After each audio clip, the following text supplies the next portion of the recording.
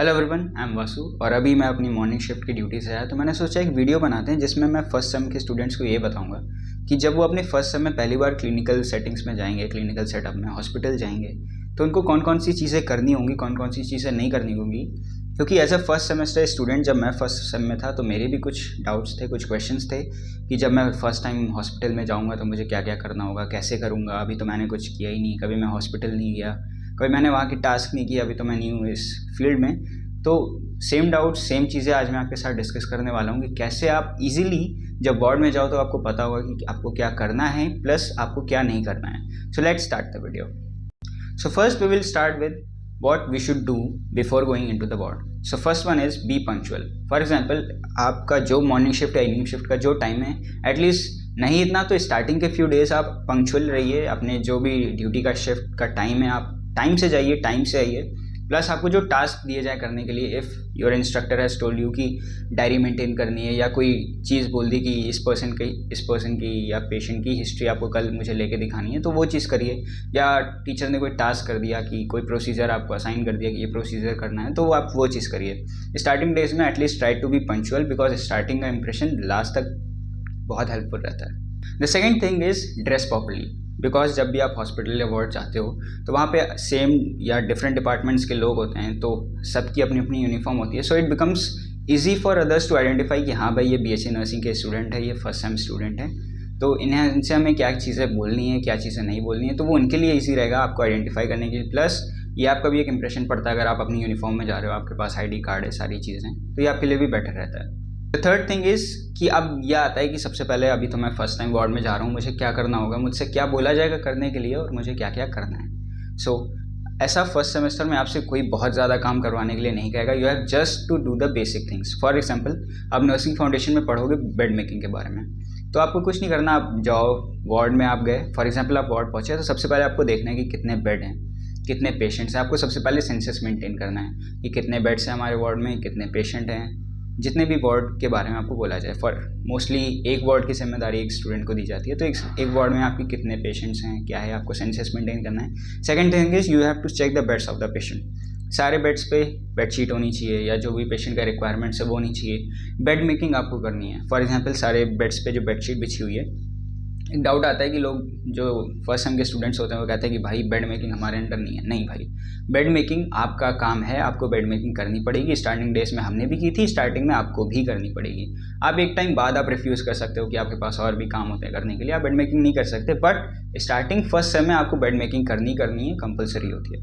Second, आप nursing foundation में पढ़ोगे वाइटल साइंस के बारे में, तो you have to do it practically. आप वहाँ जाइए, आप देखिए कि कैसे BP ले सकते हैं, कैसे आप टेम्परेचर लोगे, कैसे रेस्पिरेटरी चेक करोगे।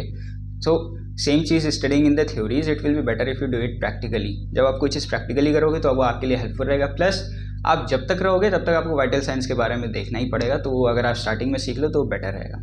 Third thing is history collection of the patient. आप स्टार्टिंग में आपका जो इंस्ट्रक्टर होंगे, इंचार्ज होंगे, वो आपको सिखाएंगे कि पेशेंट की कैसे हिस्ट्री लेते हैं, कैसे पेशेंट से पूछना होता है, कौन कौन सी हिस्ट्री लेनी है, past medical, past surgical, present medical, family history, diet history, personal history, वो सारी चीज़ें हैं। तो आपके इंस्ट्रक्टर आपको बताएंगे। आपको सेम चीज़ें पेशेंट के से जो भी डाटा है वो लेना है, कैसे लेना होता है हिस्ट्री, ये भी सीखनी है। क्योंकि since first semester the 7th semester आप यही करने वाले हो, आप पेशेंट से हिस्ट्री लोगे, केस बनाओगे उस पर। तो अगर आप स्टार्टिंग में ही चीज़ें बेटर वे में करना सीख जाओगे तो आपके लिए आगे भी हेल्पफुल होगा।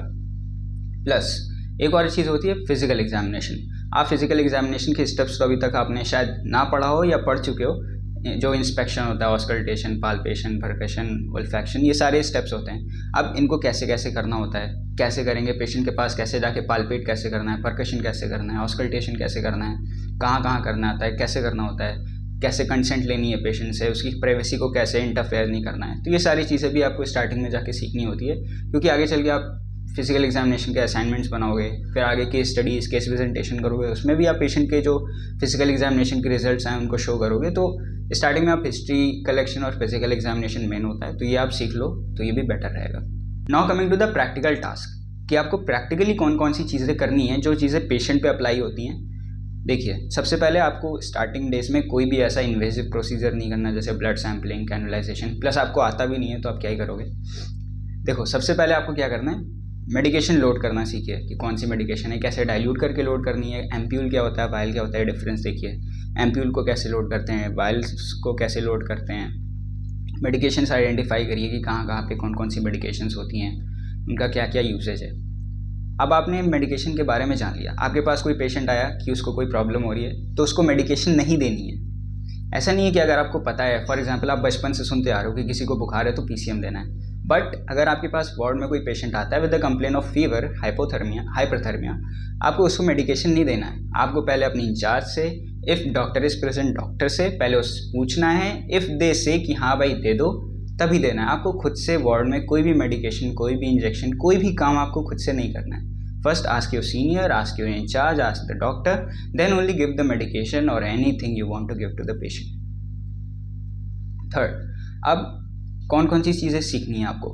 आपने ड्रग लोडिंग सीख ली, कौन सी मेडिकेशंस कैसे लोड करते हैं। You can also learn about the how to give medications in IV cannula. आप स्टार्टिंग में आप बहुत अच्छे से सीख जाओगे, उसमें वैसा कुछ नहीं होता। IV कैनुला के थ्रू मेडिकेशन कैसे देनी है आप ये सीख लो।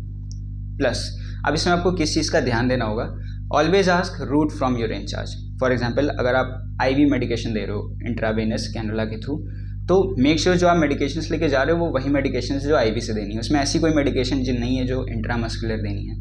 मोस्ट ऑफ द टाइम से कन्फ्यूज हो जाके, कन्फ्यूजन की वजह से जो मेडिकेशंस होते हैं वो गलत ऑर्डर में दे देते हैं, गलत रूट से दे देते हैं। तो ये हमारे लिए चेक करना बहुत ज़रूरी है। आप, मैं कहता हूँ 10 बार 1000 बार पूछो कि भाई कोई भी मेडिकेशन किसी भी पेशेंट को हार्म कर सकती है, तो before administering the medication to the patient first ask your incharge कि भाई कौन सी मेडिकेशन है और हमें किस रूट से देनी है। शी विल ऑल्सो अंडरस्टैंड, उन्हें भी पता है कि आपको अभी कुछ नहीं पता है, then she will clear your, जो भी आपकी क्वेरी होगी वो क्लियर करेंगी, आपको बता देंगे आपको कैसे काम करना है। नेक्स्ट थिंग इज जो बड़े प्रोसीजर होते हैं स्टार्टिंग में, जैसे ब्लड सैम्पलिंग होती है, IV cannulisation, it's not compulsory for you to learn them in the first semester only.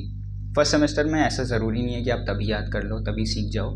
मैंने भी बहुत लेट सीखा था, सेकेंड सेमेस्टर में जब हम आ गए थे तो हमने सीखा था। फर्स्ट सेम में सिर्फ ऑब्जर्व किया था, डेली यही सोचते थे कि आज से नहीं कल से सीखेंगे, आज नहीं कल लगाएंगे, आज नहीं कल। तो उसी में करते करते सेकेंड सेम आ गया, तो हमने सेकेंड सेम में सीखा, बट उसमें कोई बड़ी डील नहीं थी। आपको कोई फोर्स नहीं करेगा कि आपको नहीं आता है, क्यों नहीं आता है, ह्यूमिलिएट नहीं करेगा। आपको नहीं आता है कोई बात नहीं, लर्न इट।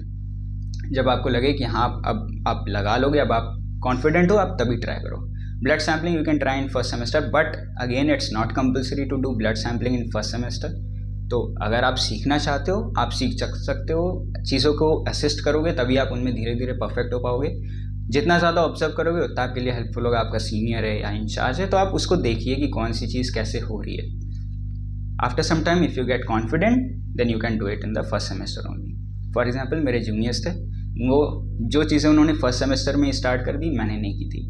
कैनुलाइजेशन मैंने सेकंड सेम में सीखा, blood sampling I did in first semester, but cannulisation मैंने सेकंड सेम में सीखा। But my juniors they learn the cannulisation in the first semester. हाँ, now the last thing is don't take anything lightly, always ask questions. अब आप कोई theory नहीं पढ़ रहे हो कि आपने मिस्टेक कर दी, नहीं भाई, सामने वाला जो पेशेंट है उसकी लाइफ बेस्ड है आपके ऊपर। आपने कोई गलत मेडिकेशन दे दी उसको गलती से, it can also compromise his life. तो आपको क्या करना है, आपको पूछना है, जो भी नहीं आता पूछो, बार बार पूछो। इवन इफ अगर एक टाइम के बाद आपको ये लगे कि सामने वाला इंसान इरिटेट हो रहा है, देन ऑल्सो आस्क, बिकॉज अगर आपसे कोई गलती हो गई then no one is going to take responsibility of it, आपको स्कोर किया जाएगा उसके लिए।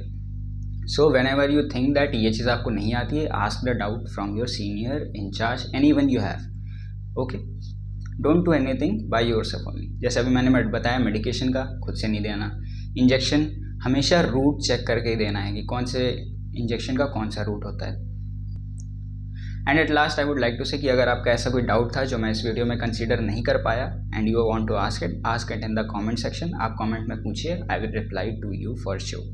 तो ऐसे ही इन्फॉर्मेटिव वीडियोज़ के लिए लाइक शेयर सब्सक्राइब करना मत भूलिए। I don't usually say it but I am saying, like share subscribe करिए। Thank you so much.